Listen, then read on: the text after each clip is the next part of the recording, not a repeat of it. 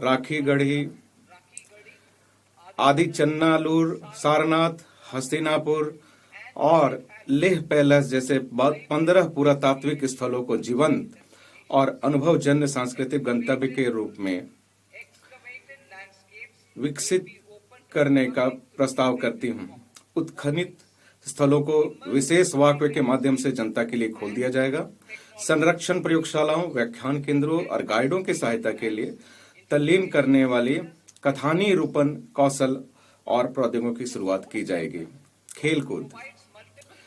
खेलकूद क्षेत्र कई प्रकार के रोजगार, कौशल और नौकरी के अवसर उपलब्ध कराता है। खेलो इंडिया कार्यक्रम के माध्यम से चल रहे खेलकूद से जुड़ी प्रतिभाओं के सुव्यवस्थित विकास के प्रयासों को आगे बढ़ाते हुए मैं अगले दशक में खेलकूद के क्षेत्र में बदलाव लाने के लिए खेलो इंडिया मिशन शुरू करने का प्रस्ताव करती हूं। यह मिशन निम्नलिखित सुविधाएं प्रदान करेगा: प्रशिक्षण केंद्रों द्वारा समर्थित आधारभूत, माध्यमिक और एलिट स्तरों पर एकीकृत प्रतिभा विकास पाथवे। ख, कोच और सहायक कर्मचारियों का व्यवस्थित तरीके से विकास। ग, खेल विज्ञान और प्रौद्योगिकी के एकीकरण। घ, खेल संस्कृति को बढ़ावा देने और प्लेटफॉर्म उपलब्ध कराने के लिए प्रतिस्पर्धा और लीग का आयोजन। और अंग, प्रशिक्षण और प्रतिस्पर्धा के लिए खेल अवसंरचना का विकास। हमारा तीसरा कर्तव्य विकसित भारत के लिए सबका साथ सबका विकास के हमारे विजन के अनुरूप है। इसके लिए निम्नलिखित के लिए लक्षित प्रयास किए जाने अपेक्षित हैं: छोटे और सीमांत किसानों पर विशेष ध्यान देते हुए उत्पादकता और उद्यमशीलता बढ़ाकर किसानों की आय में वृद्धि करना। ख, आजीविका के अवसर, प्रशिक्षण और उच्च गुणवत्तापूर्ण सहायक उपकरणों तक पहुंच प्रदान करने के माध्यम से दिव्यांगजनों का सशक्तिकरण। ग, मानसिक स्वास्थ्य और ट्रॉमा केयर तक पहुंच सुनिश्चित करने के लिए कमजोर समूहों का सशक्तिकरण। घ, विकास और रोजगार के अवसरों में तेजी लाकर पूर्वोदय राज्यों और पूर्वोत्तर क्षेत्र पर ध्यान केंद्रित करना। मत्स्य पालन, हम निम्नलिखित पहलों की शुरुआत करेंगे: 500 जलाशयों और अमृत सरोवरों के लिए एकीकृत विकास। दूसरा है तटवर्ती क्षेत्रों में मत्स्य मूल्य श्रृंखला को सुदृढ़ करना और स्टार्टअप एवं मत्स्य पालक किसान उत्पादक संगठनों सहित महिला प्रेरित समूहों को बाजार से जोड़ना। पशुपालन, ग्रामीण और शहर के आसपास के क्षेत्रों में गुणवत्तापरक रोजगार अवसर प्रदान करने के लिए हम उद्यमिता विकास में पशुपालन क्षेत्र को निम्नलिखित माध्यमों से सहायता प्रदान करेंगे: क, ऋण आधारित सब्सिडी कार्यक्रम। ख, पशुधन उद्यमों का संवर्धन और उनका आधुनिकीकरण। ग, पशुधन, डेयरी और मुर्गी पालन के लिए एकीकृत संकेंद्रित मूल्य श्रृंखला का सृजन। और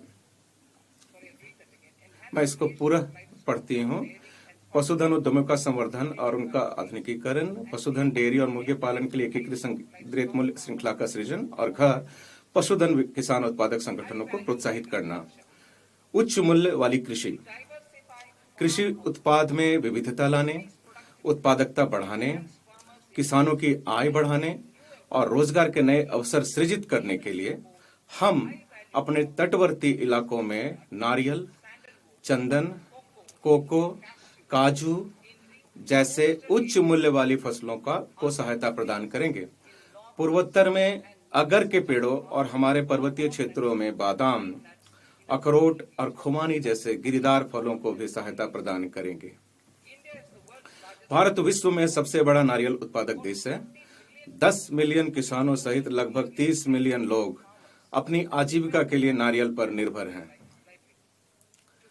नारियल उत्पादन में प्रतिस्पर्धा बढ़ाने के लिए मैं नारियल संवर्धन योजना का प्रस्ताव रखती हूं, ताकि विभिन्न पहलों के माध्यम से उत्पादन और उत्पादकता को बढ़ाया जा सके, जिसमें नारियल उगाने वाले प्रमुख राज्यों में पुराने और गैर उत्पादक नारियल के पेड़ों के स्थान पर नए सैपलिंग, पौधे, किस्में लगाना शामिल है।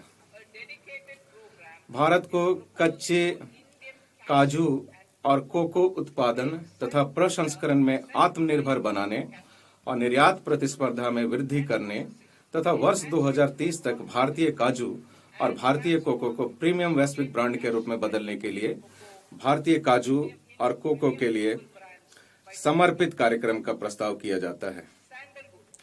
चंदन की लकड़ी भारत की सामाजिक और सांस्कृतिक विरासत से घनिष्ठता से जुड़ी हुई है। भारतीय चंदन लकड़ी के परितंत्र की गरिमा को पुनर्स्थापित करने हेतु इसके विशेष रूप से उत्पादन और कटाई उपरांत प्रसंस्करण को प्रोत्साहित करने के लिए हमारी सरकार राज्य सरकारों के साथ मिलकर काम करेगी। पुराने कम उपज वाले फलों उद्यानों के संरक्षण और पर्वतीय क्षेत्रों में अखरोट, बादाम और खुमानी के अधिक पैदावार को बढ़ाने के लिए एक समर्पित कार्यक्रम के माध्यम से किसानों की आय बढ़ाने और युवाओं को शामिल करके मूल्य वर्धन करने के लिए सहायता प्रदान की जाएगी। भारत विस्तार कृषि संसाधनों तक पहुंच के लिए आगामी एकीकृत प्रणाली। मैं भारत विस्तार का प्रस्ताव करती हूं, जो एक बहुभाषीय एआई टूल है और जिसे एआई प्रणाली सहित कृषि संबंधी प्रणालियों के लिए ICAR पैकेज सहित एग्री स्टैक पोर्टल के रूप में एकीकृत किया गया है। इससे कृषि उत्पादकता में वृद्धि होगी, किसानों को उचित निर्णय लेने में सक्षम बनाएगा और अनुकूल परामर्शी सहायता प्रदान करते हुए जोखिम को कम करेगा। ग्रामीण महिला प्रेरित उद्यमों के लिए शी मार्ट लखपति दीदी कार्यक्रम की सफलता से आगे बढ़ते हुए मैं महिलाओं को ऋण आधारित आजीविका से उद्यमों का स्वामी बनाने के लिए अगला कदम उठाने में मदद करने का प्रस्ताव करती हूं। संवर्धित और नवाचार वित्त पोषित लिखतों के माध्यम से क्लस्टर स्तरीय संघों के भीतर सामुदायिक स्वामित्व वाले खुदरा आउटलेट के रूप में स्व सहायता उद्यम शी मार्ट स्थापित किए जाएंगे। दिव्यांगजन सशक्तिकरण, दिव्यांगजन कौशल योजना, IT, ABGC क्षेत्र, आतिथ्य और खाद्य एवं पेय क्षेत्र कार्य उन्मुखी तथा प्रक्रिया आधारित भूमिका प्रदान करते हैं जो दिव्यांगजनों के लिए उपयुक्त है। हम प्रत्येक दिव्यांग समूहों के लिए उद्योग संगत और अनुकूल विशिष्ट प्रशिक्षण के माध्यम से सम्मानजनक आजीविका के अवसर सुनिश्चित करेंगे। दिव्यांग सहारा योजना सभी पात्र दिव्यांगजनों के लिए उच्च गुणवत्ता वाले सहायक उपकरणों तक समय से पहुंच एक मूलभूत आवश्यकता